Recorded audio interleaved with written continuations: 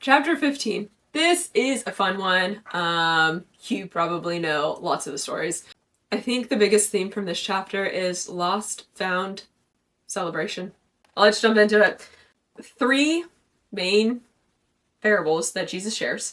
We go from the lost sheep to the lost coin to the lost son.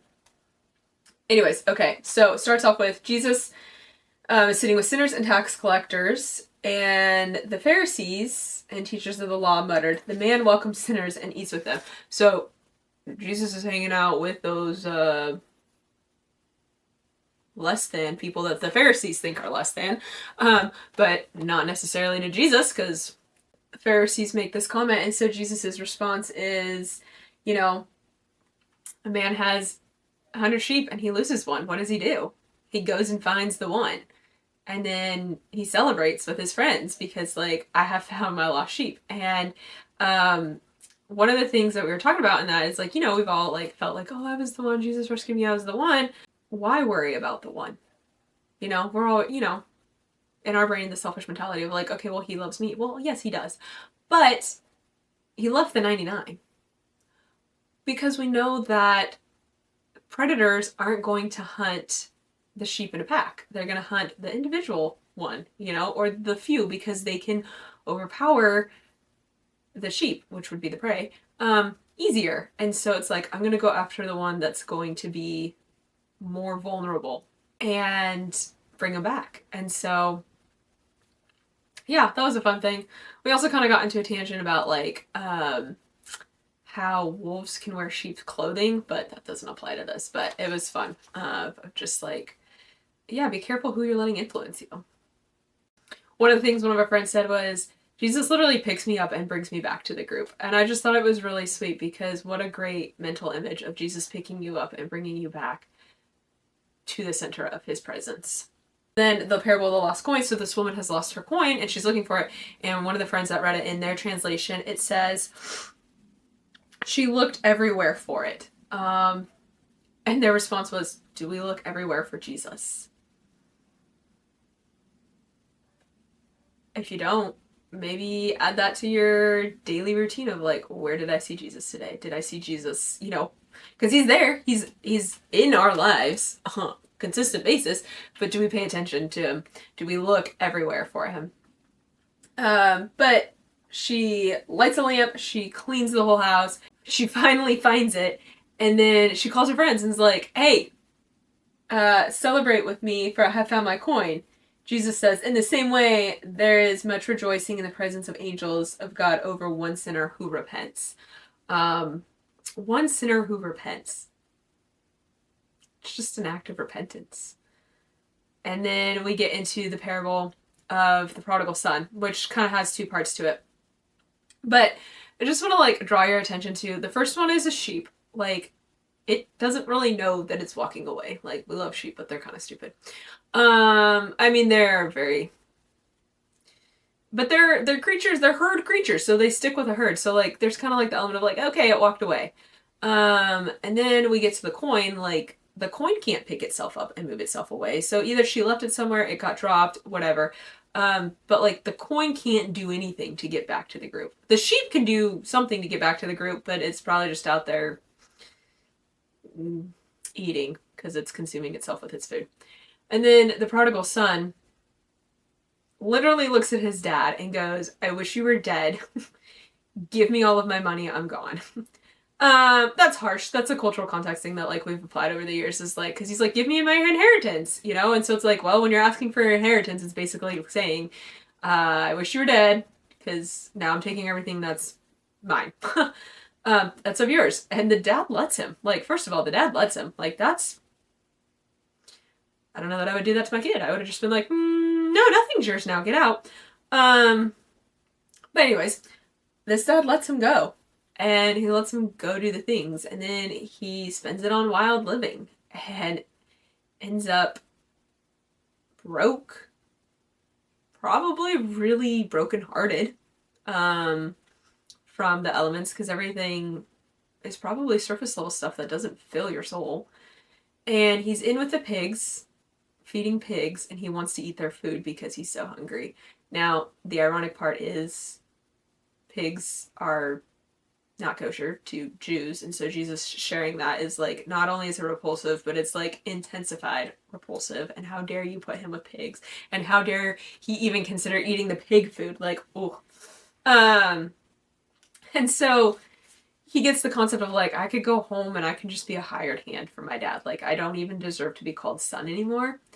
And so he makes the speech up and he's going home, and it says his dad saw him a long way off and ran to him. Now, there's so much to unpack in that. First of all,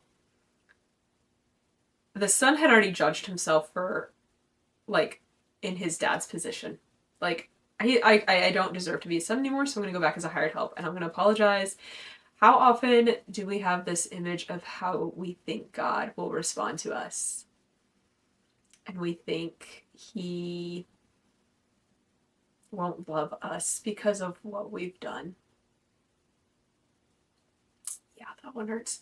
But it says the dad saw him a long way off and ran. And men didn't run in that culture. That's not, you don't... It's a big deal for him to run to his son. And the fact that he saw him a long way off, he'd been waiting for him to come home. He'd been watching and waiting. He's a good dad. And that's our Father in heaven, as he's watching and waiting for us to accept his invitation back. And the son tries to get his speech out of, oh, I could be the hired help. And he's like, nope, we're having a party. We get the best cow. We're going to have the best steaks. Like, here's clothes. Like, come home. You're home. Let's get you new food. Let's get you new clothes. Let's clean you up. Let's get you back to where you were. Let's reinstate you. Let's redeem you, because our God is a redeeming God. He's a restoring God. And then the second half of the parable is the older brother being like, what the heck is this? Like, you never even celebrated me or my friends, and we're just gonna let him walk back in here? And there's two folds to that, because remember, we read things in context. How did chapter 15 start? Now the tax collectors and sinners were all gathering around to hear Jesus. But the Pharisees and teachers of the law murmured, this man welcomes sinners and eats with them. So it's kind of like Jesus strategically walked them through the first two stories, because they're going to hear the stories and be like, yeah, oh my gosh, absolutely, that's right. Like, yes, absolutely, they would rejoice. Oh yes, she would rejoice when she found her coin. Like, and then he hits them with the son. It's like, oh yeah, that's a good dad. That's a good dad. And then he brings in the older brother. Can't help but wonder if maybe they are the older brother, being a little cynical, and like, we're just gonna let him in. He literally spit in your face, Dad, and he wasted all your money. And I've been here, and I've been doing the things. Teachers of the law. We've been upholding the law, God. Yeah. But the dad humbles him, righteously so, I mean, in a nice way, because that's how God is. But one of my friends, many years ago, when we were reading through this, pointed out that the older son was always in the presence of the father. So, in this sense, we're not talking about it being the Pharisees, but we're talking about, like, maybe it's some of us that sit in church and, you know, judge people that come in that are new and look different.